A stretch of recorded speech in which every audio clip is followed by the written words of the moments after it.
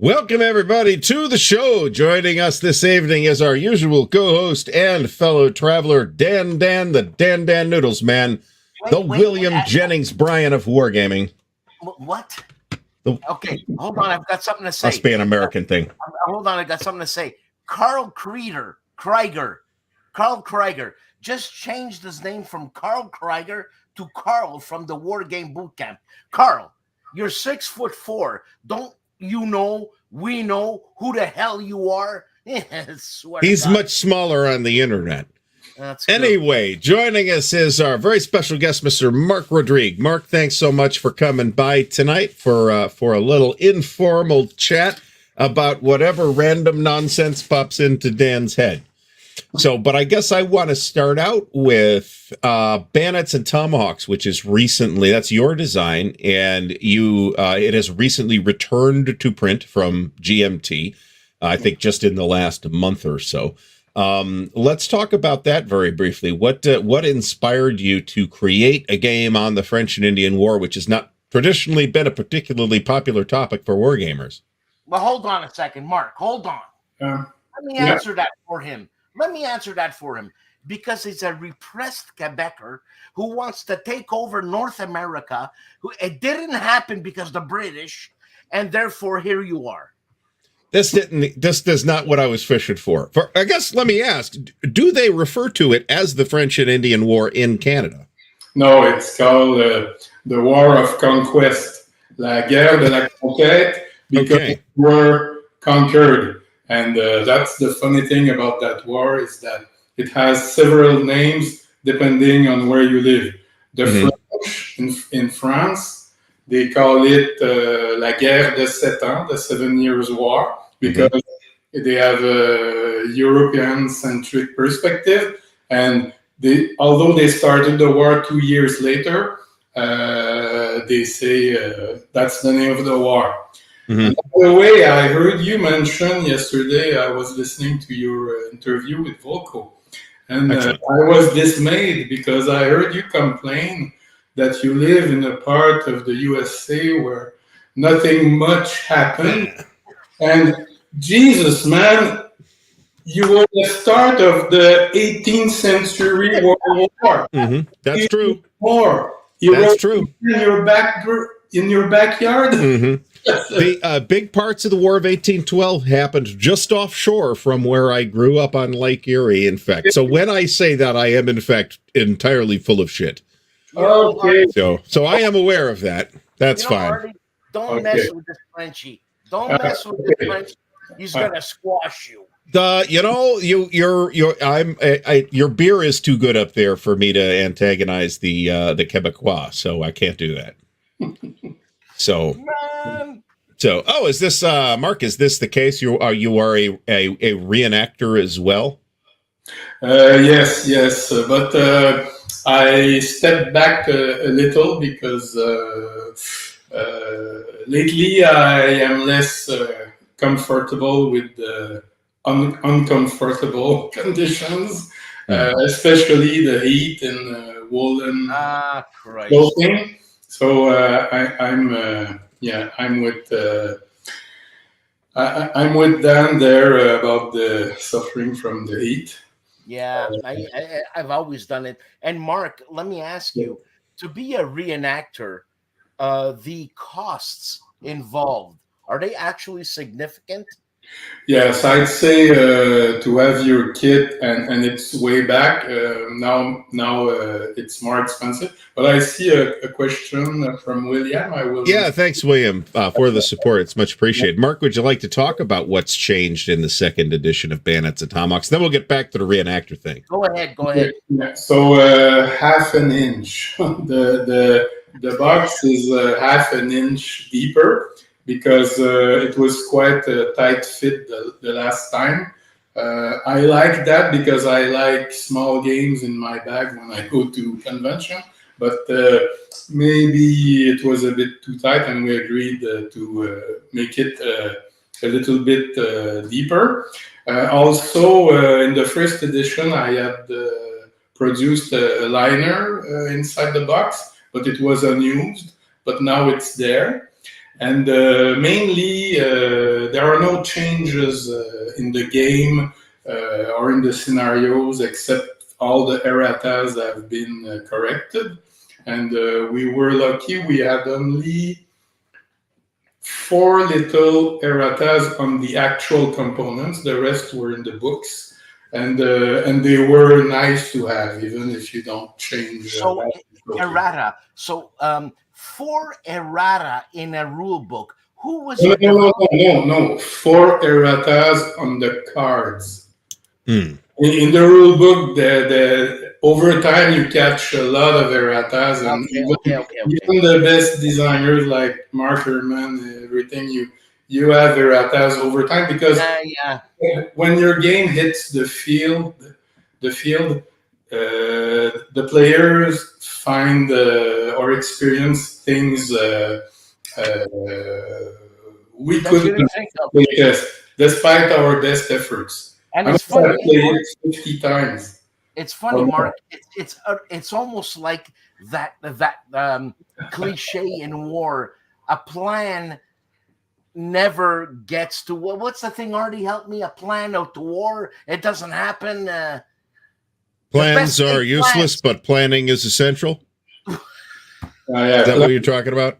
I'm not talking about best laid plans. Don't come to. Are you referring to what Hannibal said about a best laid plan coming together? I don't know what I'm saying, man. Well, I don't know either. It's all Jesus good. Christ. So, but yeah, reenacting, I can vouch, Marc, that, and I had to, step away from similar activities as well because I just frankly was not in physical condition to handle it any longer. So there you go. Gromia Rich as the answer I wanted to say. Mm-hmm. A good plan never survives first combat. So it's funny, Marc. In the second edition, there was actual concern on the depth of the box. This is the kind of thing I would have complained about. My God. Several people complained. Several, not many, but I took it seriously. And honestly, when I sent the files, because I'm also the graphic designer, at the very last moment, I had a doubt, and I told Marc Simonich, I think it's tight. And he said, don't worry, the production people, they will tell us if there's anything. And so let me ask about that actually, because I feel like that's kind of a singer-songwriter type of deal where you're a multi-talented threat designing a game and doing the graphic design on your own. There can't be many other people doing all that in wargaming on their own games, right? Well, I can only think of one other example. My friend Jerry White is outstanding. Good call. And what he does, he's not a trained graphic designer, he's an architect, if I understood well. And what he does is outstanding. And I often describe myself as a publisher within the publisher. And that's the core of my special relationship with GMT, because they give me the room to do that. Let's say I go to Academy Games and I give them my game. They take it, I see it 4 years later, and it's changed. The graphic design is not what I would have wanted. So I was very lucky that they gave me that leeway. But it's a tremendous responsibility, because not only you're responsible for the gameplay, the rules, the tests and everything, but you have the final pressure of when it goes to print. And I've been in the print graphic design business for now 40 years. And each time I send to print, it's so I'm so but you have to much anxiety and so many checklists, because contrary to the internet, once it's gone, and you get 10,000 copies with a flaw. I can't sleep with that. So sleep Marc, nights in Marc, order. you must have certain printers that you are comfortable with. Oh, I love Panda. They do an outstanding job. Outstanding. They accompany us because I'm the main graphic designer for Fourth Circle. I've had that other special. I have two special relationship. One with Fourth Circle Games for more than 5 years. I think I did 3 games for, and I'm doing a fourth one for them. I'm distracted by the banners that pop up. Oh, sorry about that. But no, I apologize. I have not attention disorder, but You see, at a minute, Marc, at a minute. You see what he's doing? He's pulling a Canadian. He's apologizing. I noticed that. He's not pulling a Quebecer where he comes at you with a tomahawk and shoves a tomahawk. You know they don't apologize like that in New York City.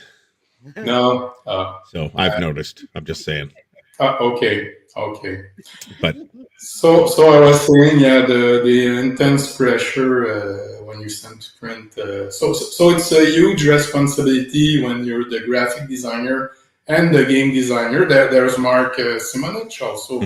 He's like that. Oh, that's the obvious example. Yeah, but you're the king. You can do anything. You don't have to wait. You don't have to ask. You don't have to brief someone and then it comes back all wrong. Yeah. Sometimes it comes back all wrong from me, but that's still a hell of a responsibility to take it up on your own. Seriously.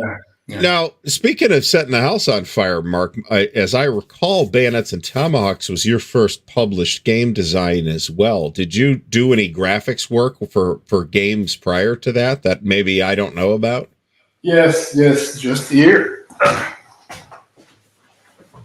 And it's by someone you know. This was the very first time I was hired for game graphic design.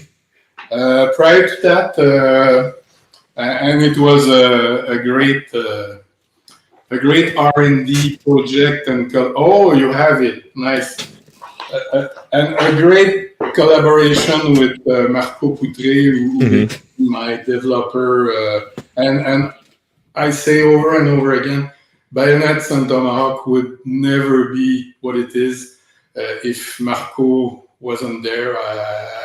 I almost forced him to be co-designer. You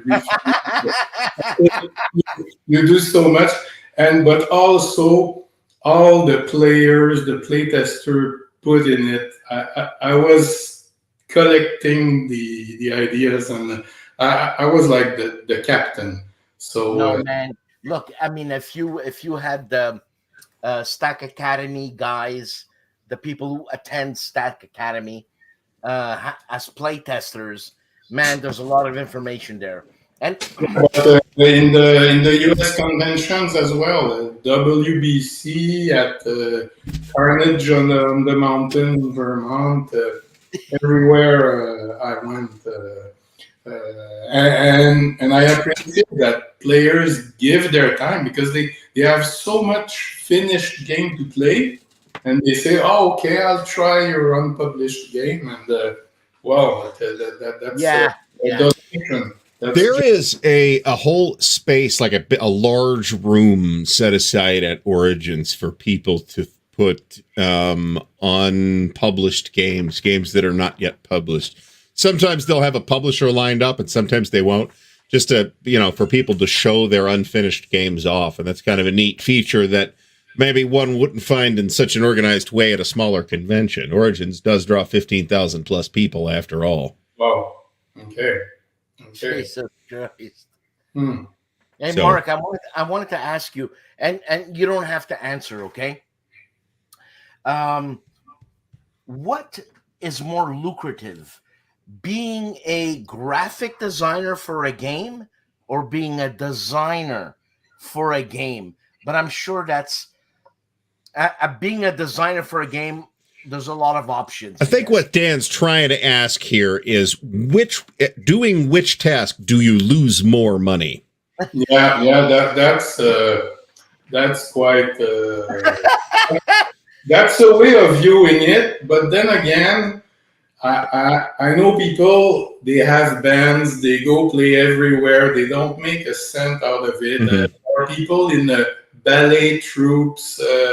There are people playing hockey almost to a professional level. They don't make a cent, and even they pay. So, in a way, okay.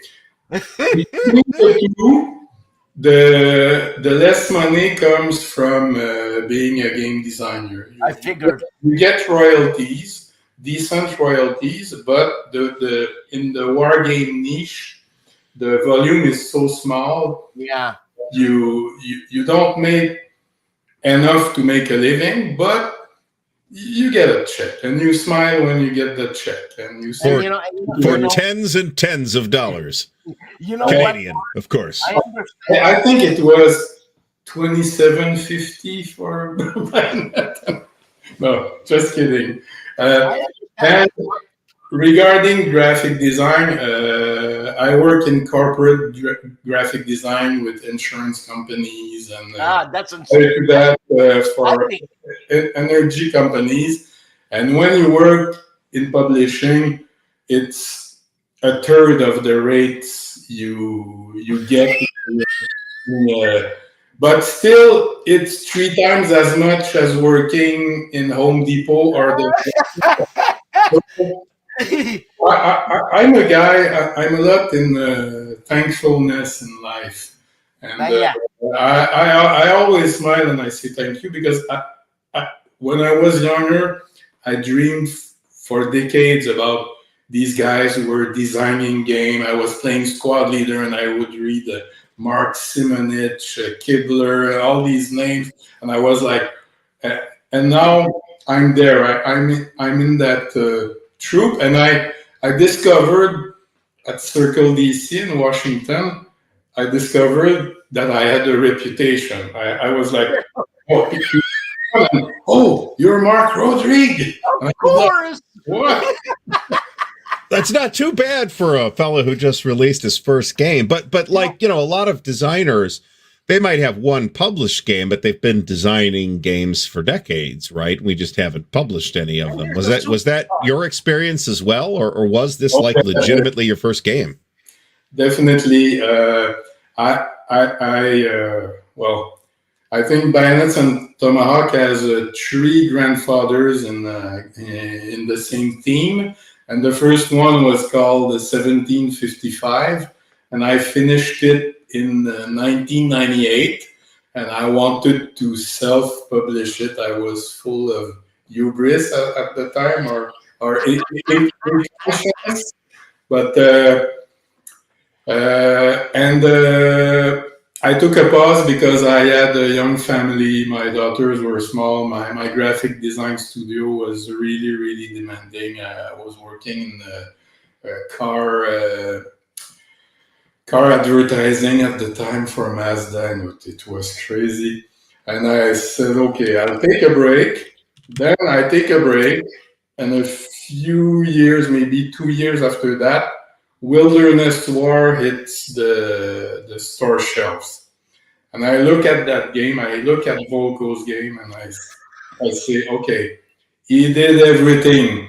It's useless that I pursue.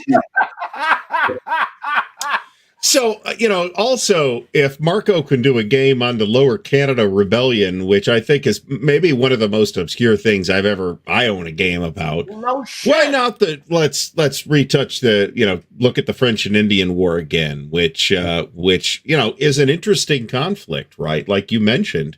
Yeah. It's the part of the 7 Years' War that happens in this hemisphere. Actually, it's the start of the 7 Years' War. So it's like, you say World War II started with the the seizing of territories by Hitler around no, Japanese.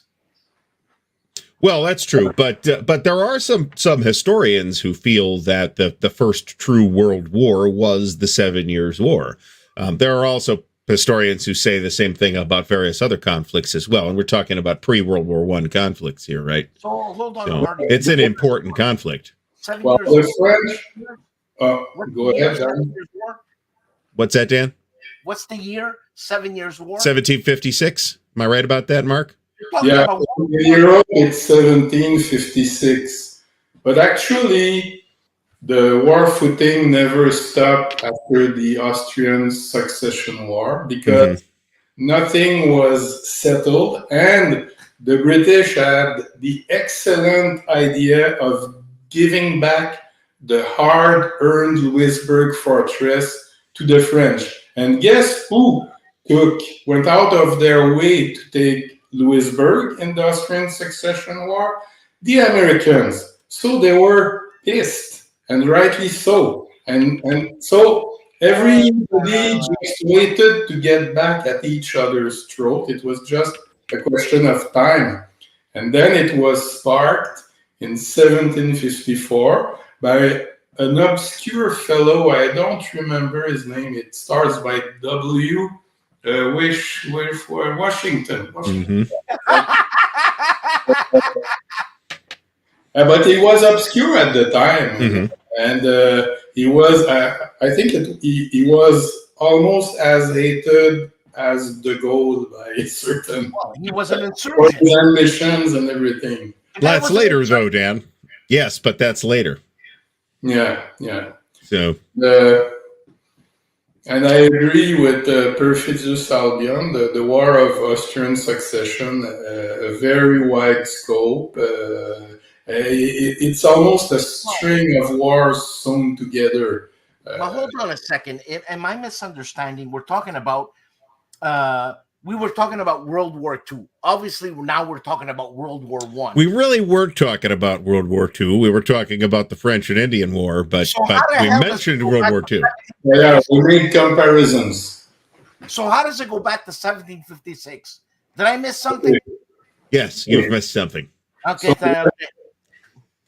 So the French and Indian War and the 7 Years' War is one and the same. It's just that the French and Indian War is the localization of that war in North America, and it's the start of that war. But it's all connected. It's all the same war, and it has different names depending on where you live.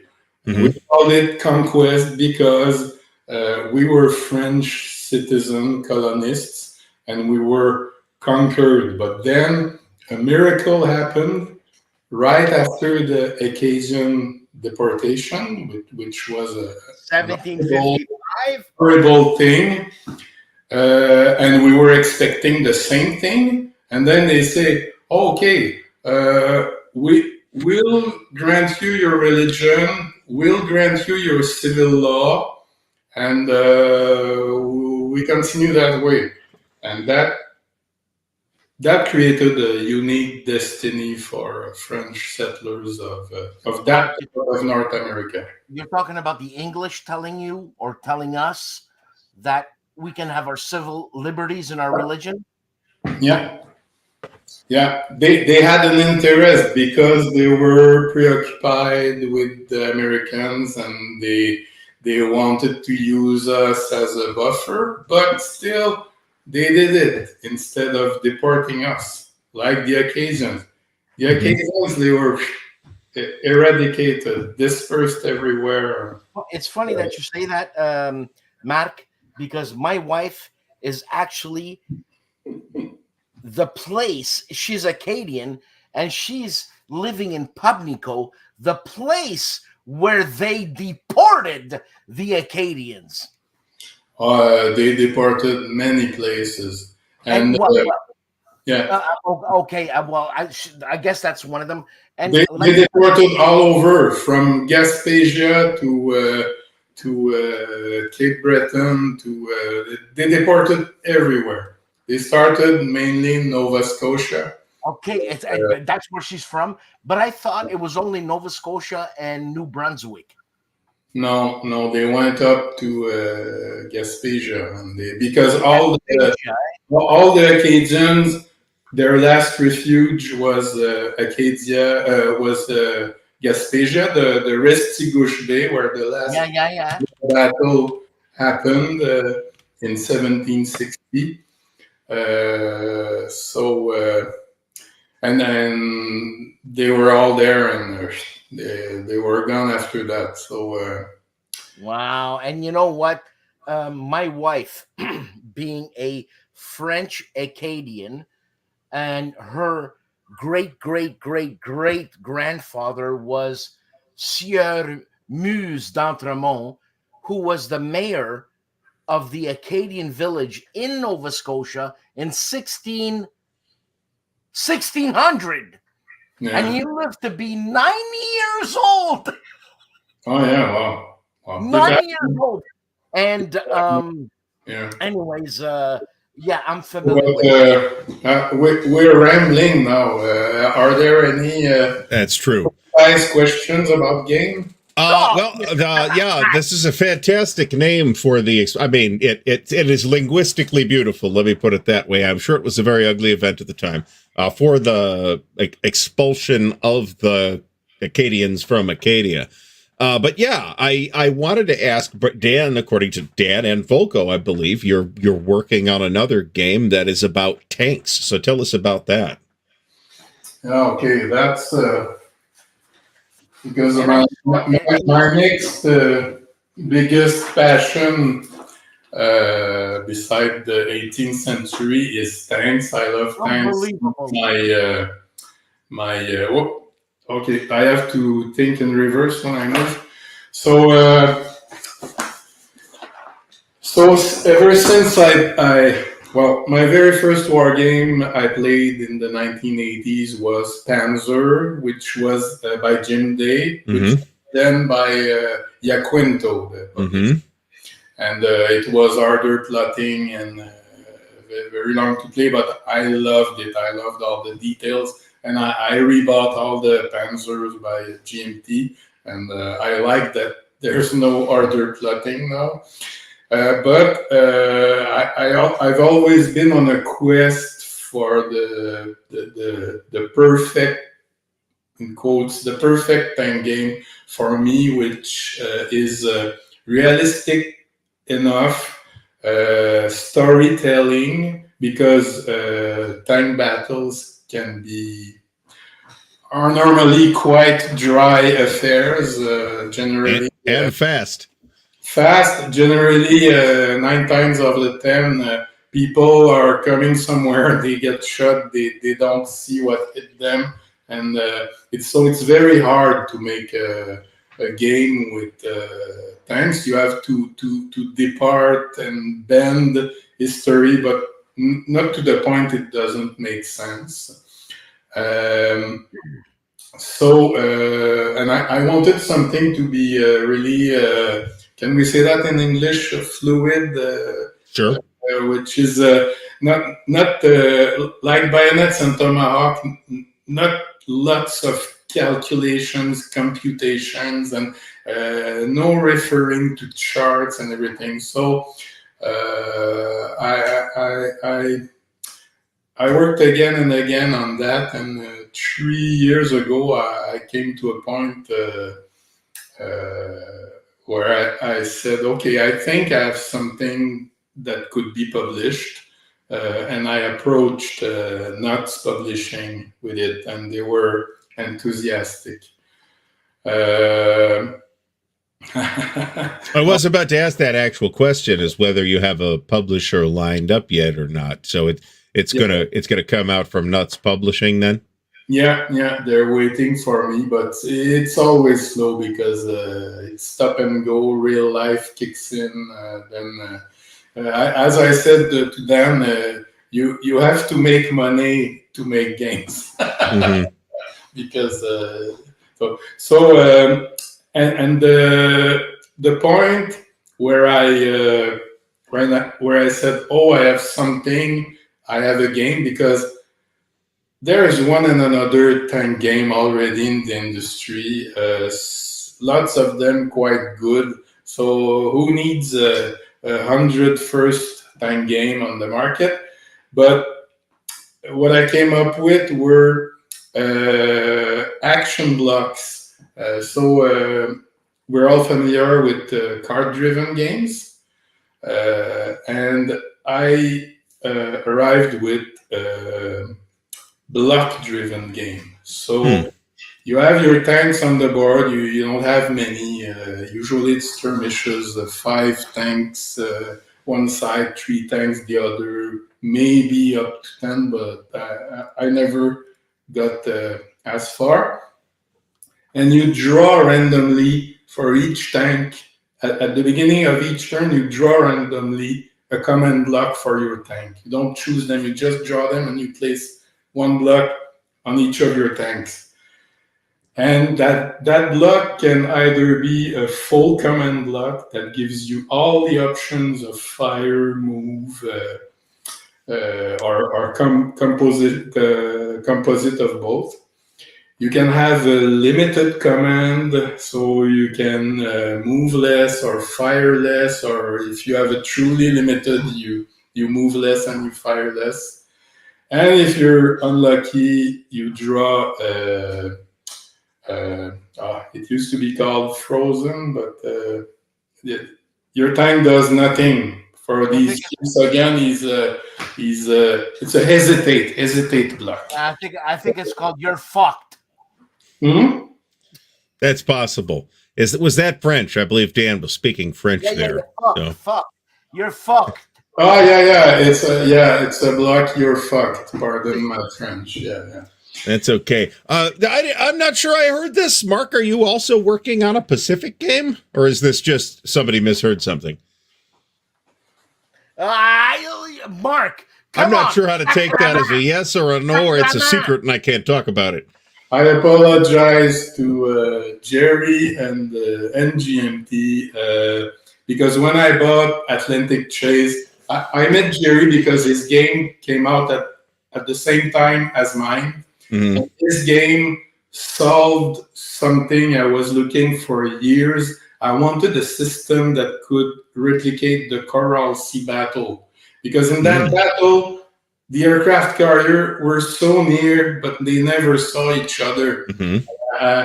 I was trying to find, and then I saw a system, and I was so enthusiastic that I played maybe 2 times Atlantic Chase, and then I worked like crazy to do the Coral Sea.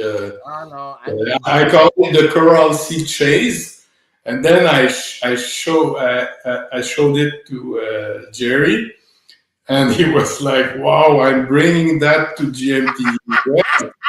And everybody, when will it be ready? But it's sidelined now because I'm working. I'm focusing on steel platoons. Now, hold on, Marc. Okay, you were talking about Jim Day's Panzer, right? So Jim Day did the Yaquinto one, and Jim Day did the GMT. And now, the rule set is modular. You can learn the basic rules, and you're fine with that. Now, you can go really detailed with Jim Day's tank. What's it? Panzer. Because man, you can like what ordnance are you using, at what angle, at what range, at what this, and when were you born, and when were you circumcised, and this and that. Is your game going to be that detailed?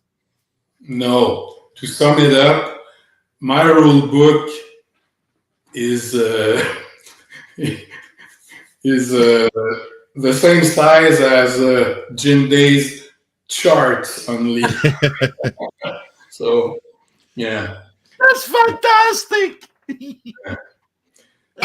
We've got room. I know there's people that seem to not have picked up on this, or maybe they're just not articulating it in this way, but I feel like we have room in our hobby. We have an expansive enough hobby and community.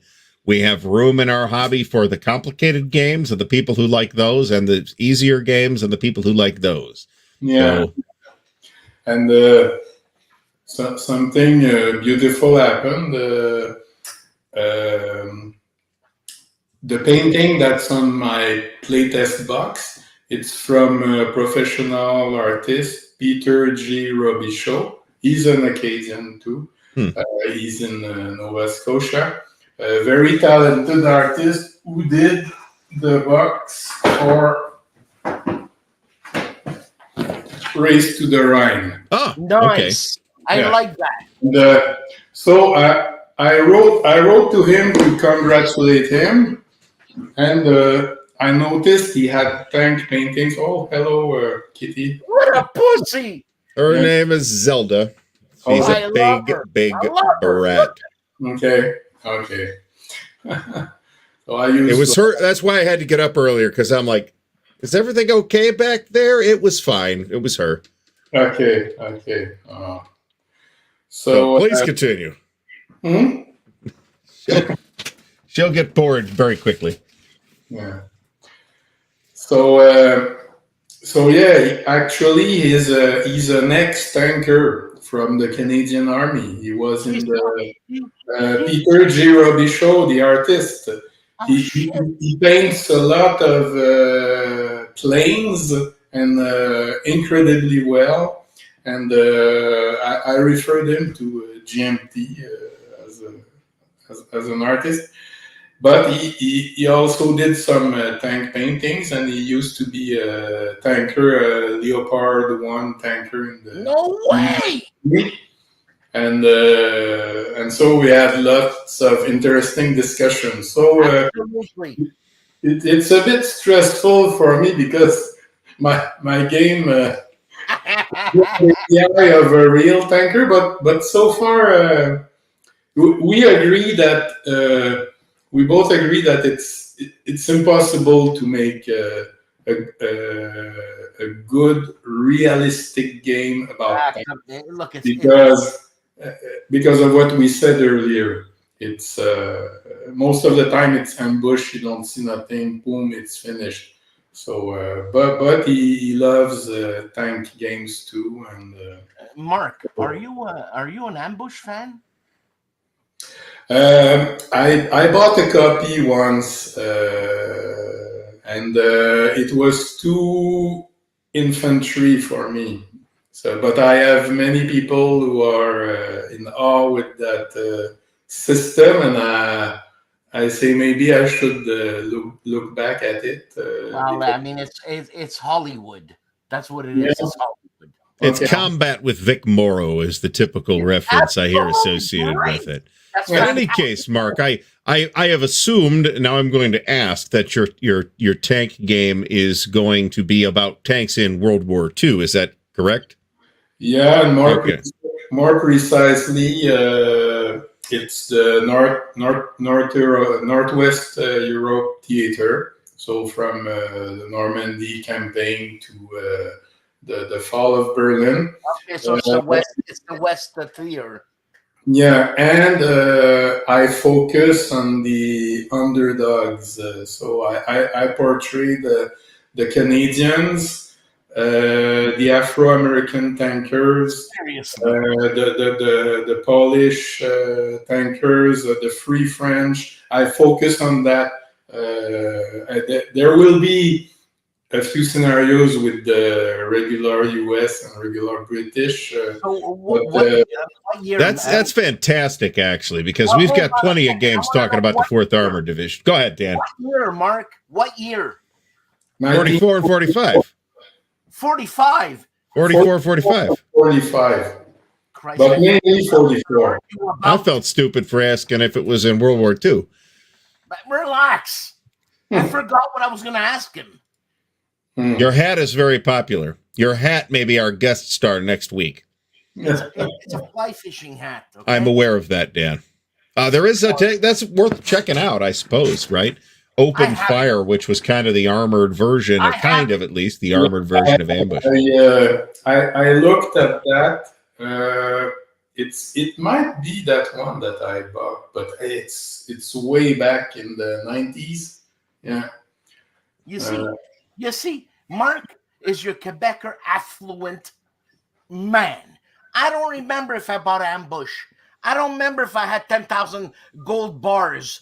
I don't remember this if they call this the tabernacle. I'll tell you what, Dan, it's about what's important, right? I have a memory like an absolute sieve for most things, but if I had a war game at one point, I remember having that war game. I might not remember what happened to it, but I remember having it.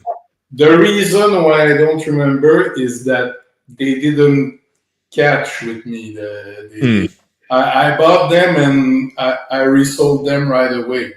But I remember Patton's Best. Patton's Best was really... And I did some... Did you play the variants, Guderian's Best or Canada's Best? No, because... they were done much later. I think it's the French magazine...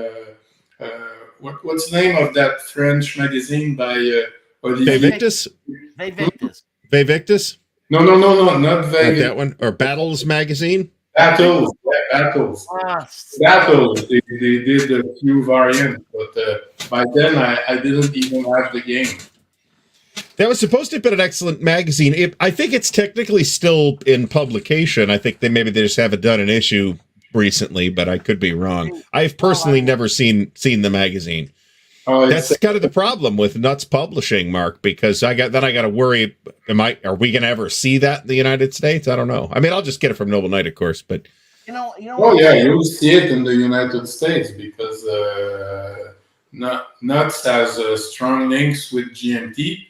They publish French versions of GMT, and no, I wouldn't worry. Well, that's good. You know what? Nuts magazine. It's a French publisher, right? Yes, they're a French publisher, but the magazine is called Battles Magazine. The magazine is not called Nuts. Okay, well, there's a publisher called Nuts. Yes, that's what we're talking about. So basically, it's Nuts with an exclaim mark, like basically answer. Balls. Answer. Nuts. Dan, did you hear about the person who founded Nuts Publishing? His first name was Dees. That was funny in my head. I don't know. No, but Mark got it. It took a minute. It wasn't that good, or you would have gotten it quicker. You know, Quebecers are a bit more American savvy than Frenchmen in France. If you call a publishing house Nuts in Quebec, it's called Bull. Say Bull Magazine, Chris. Balls Magazine. Balls. The magazine's not called that. That's what it is. Well, first of all, Dan, you are in basically North Maine. So there's that. You're right here. And the Nuts name is an American thing. I mean, I haven't talked to those people, but I would assume that they're named after the fella in Bastogne. And then that was his response. McCulloch. Okay. Yeah. Well, basically, he said balls. Yeah. Toy. And I heard it's funny because in Québécois, nuts, balls, we say schnall. Okay. And I thought it came from German, but actually it comes from the word chenal, and it's a little nut. Did anyone have this on their off-topic bingo cards tonight, folks? I suspect not. Brant, get on that. Right.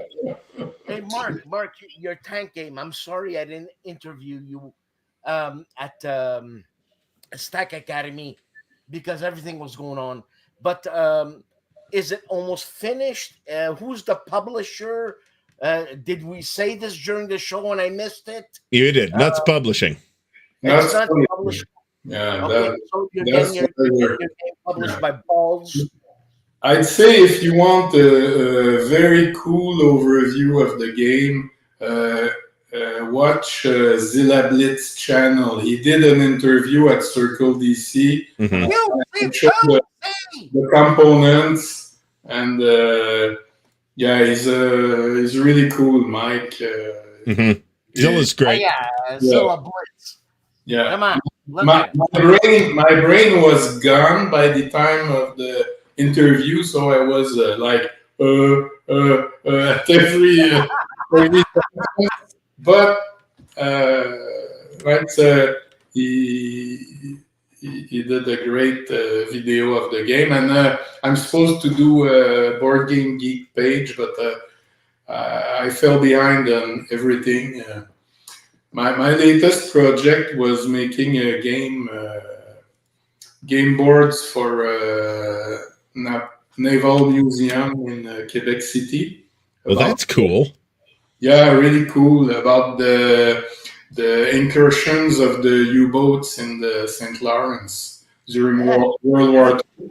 And it's a project. You see what I'm saying? Mark is in actual facts, not like Mark Herman. You know what I'm saying? Don't compare me to Mark Herman. I have to eat before. You know what I'm saying? Come on. What does Mark Herman know about Quebec? For God's sake. He's taller than me, also. Yeah, I know. He's taller than everybody, to be fair, but because he is 7 feet tall, shoots bolts of lightning from his eyes and balls of fire from his arse, as I recall hearing somewhere. And the guy can take his liquor. So, well, I don't even know her. He's admittedly probably 4 times taller than you, Dan. So that's a factor. I'm just saying, tall, man. When I was hugging him, I was close to his waist. You know what I'm saying? So, I had a question now, and now Dan has completely. It's out the window. So that's how we like him. So, folks, I did throw a link to Mark's interview with Zilla in the chat, so click on that if you want to check that out. After you're finished watching here, of course. Great. So, Zilla's channel is great, and you should probably be subscribed to it anyway, so there's that. So, what else do you got cooking then, if with Steel Platoons? Am I getting that right? Yeah, Steel Platoons. So, good title, by the way. I think... When is it coming out? I estimate 2025. Mac. I'm gonna be dead by then. That's only 6 months away at this point, Dan. You can hang on. They'll put you on an insulin drip or something. You'll be fine. Come on, Jesus, Mark. I went bougie. You know what? I won't ever lose sleep about people waiting for their games. It's a long industry. We wait and we wait. Even me, I wait when I want a game. I'm like, when will it arrive? I'm waiting for Arcs right now from Cole Worley, the science fiction game, and I thought it was almost out because I saw it at Circle DC, but it will be many months. So we're all in the same boat, and it's to make things perfect because a much worse thing than waiting long is to get a flawed game. Hey, look, there's always going to be one. There's always going to be one. And said it, and that's it. Well, yeah, I mean, nobody's perfect here, and nobody's getting paid millions of dollars either. So let's have realistic expectations is all I'm trying to say. Right. So here's a great question from Bill. Do you work well with other artists working on? I'm not sure what Bill's trying to ask here, so I'm going to maybe rephrase the question. I understand this question, and I'm a Uber collaborator. I love to work with people. I love the synergy. And no, I don't micromanage He's being politically correct, see. I don't know. What I do professionally is largely collaborative too. And I find, the micromanaging gets in the way. People that micromanage, that tends to get in the way, right? So it gets in the way and it's inefficient. I have a client that micromanages a lot, and I have a great relationship with that client, but he micromanages so much, and it's not in the game industry, it's in my serious business, that I always tell myself so much more could be done if we didn't spend time micromanaging. So. You know what, Mark? You could tell him that Hitler used to micromanage, and that was the problem. Anyway, I feel like I get my micromanaging instincts out in wargaming, actually, because I play those kinds of games that require a lot of micromanagement. There's hundreds and hundreds of units and paperwork and all that stuff, and I love paperwork. So I get the desire that people have to micromanage, but like you said, Mark, it's inefficient. Do you have anything else in the pipeline, though, that you're working on from a game design standpoint? Because I know you've got stuff coming from Fort Circle as a graphic designer. Come on. I'm busy on Halls of Montezuma from Fort Circle, and also on For Blackbeard. So these two will keep me quite busy the upcoming summer months. And both are great projects. I love working with Kevin. One thing I appreciate from him is that, and same with Volko, I like working with people who know what they want. They don't sidestep. They say, okay, I want that. So it's clear, boom, I do that. Yes. And that's very efficient. Good director. Good director. Yeah. So that's and I'm pushing really hard to advance steel platoons because Dan will be pissed if he waits more. Hold on, Mark. When you get together with Kevin and all that, and you guys discuss, is there hookers and blow happening? What? Leave it to Dan. They put le sac. I don't want to know what that means in French, so thank you for not translating. You're talking about blow? Yeah, hookers and blow is C. Oh, mon Dieu. No. Leave it to Dan, elevating the conversation as always. Oh, Christ. Jonathan Dyer is looking forward to both Halls of Montezuma and Blackbeard. Maybe you're probably, I don't know, maybe you know. I don't know if you're the one to ask this question to or not. I suspect that either probably Kevin, because I think he's the designer.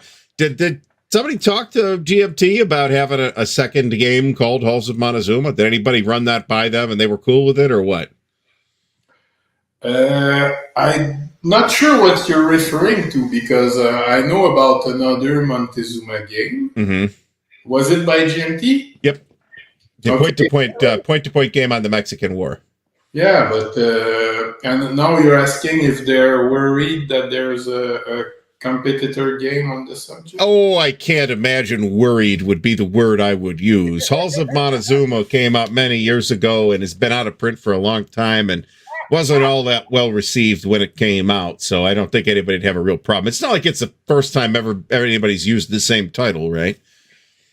Well, there you go. Mike, my entering Mike, and I'm going to take his word for it. He talked to GMT. I know he talked to the Marines, and the Marines were cool with it. So I think I asked Kevin that question. So I guess it's okay, and I didn't need to ask that. Okay, now I understand. But it's funny because even in book publishing, a really good tank book I read recently. It was an eye-opener, and it steered my design for steel platoons. It's called Brothers in Arms. And one big subject in my it's about the Sherwood Rangers, a British regiment, a tank regiment, and a core subject in my game is the Afro-American tankers, because it's a subject that is rarely explored, and they deserve the visibility for their role and all the hardship they went through, social hardship also in the army. And then I ordered a book about that subject, and the title is Brothers in Arms. So if you're in the same theme, it's a subject also. It's not it's the best book. Brothers in Arms. If you want to know the reality of tank warfare, not the paradigms we're exploring in war games for the past decades, you read that book and you'll get a different look on those supernatural tigers and everything. So Marc, it's not as nice as it looks. Marc, did you ever read Spearhead? Yes, and I didn't like it. Okay. Is it the book by about the American division? The tank battle in Cologne. Second Armored? No, it's a tank battle in Cologne. 2 tanks. Oh, okay. I'm not referring to the same thing. Okay. I was going to ask you a question. God damn it. I forgot. It's a Pershing versus concerning tanks. How detailed did you want to go? And did you know that Gregory M. Smith was a captain of a tank, if I'm not mistaken, battalion? Is that right? I have no idea what Greg's rank was, but he was definitely a tanker. I've talked to him about this. He was up there. Did you never tried to speak to him about tanks? No. Yeah, there are so many people, and maybe I should, but he's the one who did recently a very detailed tank game about U.S. tanks. Well, he's the guy behind the Silent Victory. American Tank Ace is probably the game Marc's talking about, though. Yeah. The thing is Matt, he was in the actual tank battle in, I might be mistaken, the Gulf War or something, in the biggest tank battle in U.S. history. He was involved in it. Yeah. Well, I'm not going to go after the semantics of that, Dan. Don't worry about it. I don't know. I don't know the details. So yeah, we shouldn't know. Otherwise, they would have to kill us. That's true. I think I might be able to outrun Greg at this point, but I'm not 100% on that, to be fair. I don't think so. Well, being in a tank wrecks your knees. So I don't think so. Greg's got bad knees. The guy's tight. So he's tough. He's a tough little guy, but my knees are probably better than he is. From what Peter Robichaud told me, the Canadian tanker, it's good memories, but he said it's so hard he wouldn't do it again. It's very demanding. Wow. Everything is so heavy for starters. Yeah, man. Yeah. So the brother in arms. Who was the guy? What's his face? He's a British. You've heard it. Are we not talking about James Holland? Is who we're talking about? I think. No, Holland. No, we're talking about who? He's the author of Brothers in Arms, and he did an excellent game about Normandy 44. Again, the German superiority gets beaten up because he sets the record straight. So I'm going to point out, just for the sake of reference here, I think the book Mark's talking about, we're agreed, is the James Holland book called Brothers in Arms, and not the identical book on the same topic, the 761st Tank Battalion, written by Kareem Abdul-Jabbar. Yeah, that is another one, and that one is really good too. But he's a writer now. He writes Kareem Abdul-Jabbar. He writes Sherlock Holmes novels. Are you serious? Yeah. I love this book because I'm so obsessed. I bought 2 books on the 761st. Mm-hmm. Like Kareem Abdul-Jabbar. And they're both called Brothers in Arms. Mm-hmm. And the other book seemed more spiffy. I don't know the word. It looked better, but it was more shallow. You bought 2 books on a battle by Kareem Abdul-Jabbar. No, he bought 2 books called Brothers in Arms, one of which was written by Kareem Abdul-Jabbar. Are you serious? We've covered this already, Dan. Whatever. Anyway, your brains are leaking out from under that hat here tonight, folks. So we're out of time. I would like to thank Marc for coming by tonight. Thanks so much.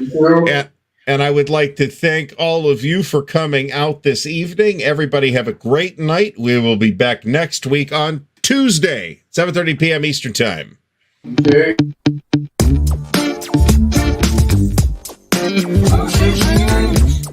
Big move. Big win. The move says loose. Big move. Big win.